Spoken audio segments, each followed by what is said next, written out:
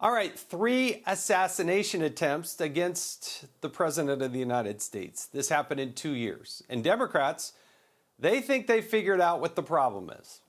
I put a lot of it at the feet of the Trump administration for a lot of the things that they've done. The president has had a part of that, okay? I mean, he's had responsibility in the rhetoric, and he should own that, right? Like, his tweets exist, okay? Like, there's a reality of that. This president is guilty of inciting violence. At what point do people simply say, hey, Trump, it's clear that you're the drama?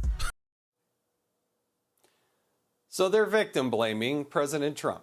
Imagine if a Democrat president was almost killed 3 times and Republicans responded by saying it was her fault. We'd be eviscerated, and rightfully so. And while Democrats claim Trump is the issue, they're still refusing to tone down their own rhetoric.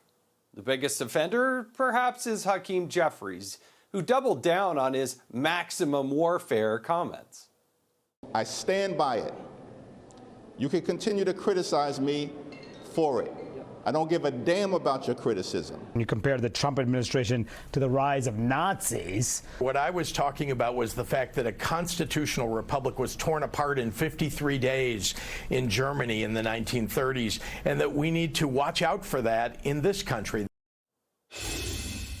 Here to discuss is Texas Congressman Brandon Gill.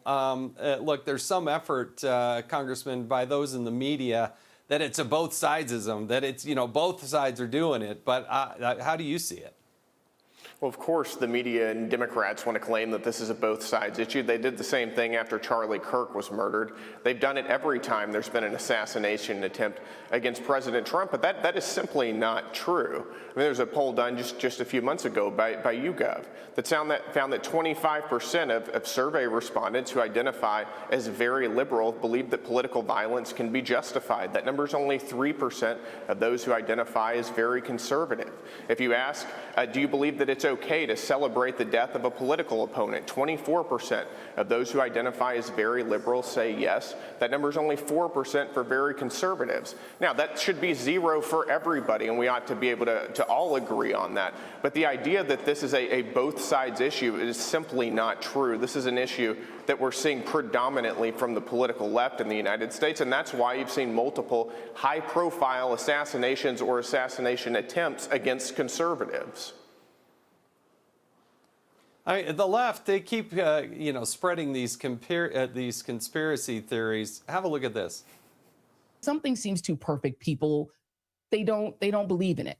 And Donald Trump now again gets victimized by an alleged would-be assassin in front of the perfect witnesses, the press. There are 16 seasons of MasterChef. And it's so good when you don't want to watch the news about fake assassination attempts or what they're calling an assassination attempt. Congressman, I mean, it's one thing to have vibrant political debate and discussing issues. It's another one to call somebody Hitler and then try to, encourage people to take action. I mean, that's exactly right. I mean, this is completely deranged, and I think the reality is that the left recognizes that their set of policy prescriptions for the American people are wildly unpopular. The American people don't want to be transing 4-year-olds. They don't want open borders. They don't want profligate spending. They don't want defunding the police. So the only thing that really unifies the Democrat Party right now is a disdain for the president. So whenever somebody tries to even murder our president, the president of the United States, the left will not send their condolences to the president, to his family. They won't try to tone down the rhetoric. And instead, they'll come up with some bizarre, wacky conspiracy theory that this was made up. I mean, this is brain dead stuff that we're seeing from the other side of the aisle. And frankly, it's disgusting. Talk about what happens on the floor and in these hearings, because, I watch some of these hearings probably more than the average person. And no matter what the witness is or the topic, they just want to talk about Donald Trump and try to gin up controversy, because that is the strategy, right? Create chaos and then be able to say, oh, it's so chaotic, we have to have somebody other than Trump.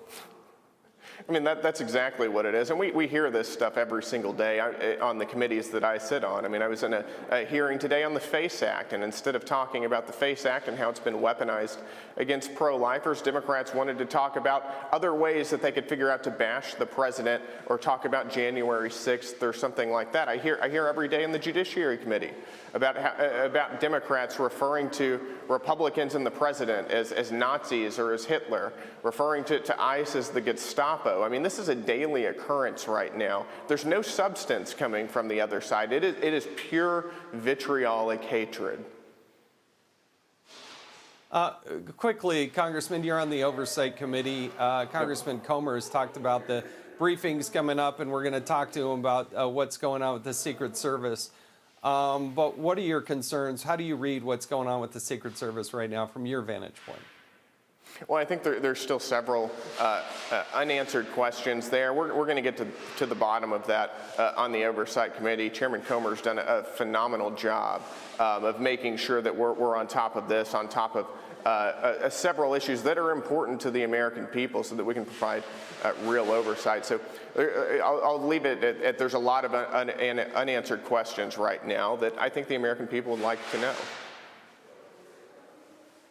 And finally, I just want to say, Congressman, you want to see a good video and some good questioning, you questioning the person about abortion and what she was in favor of, go look that up online because that's some of the best questioning we have seen.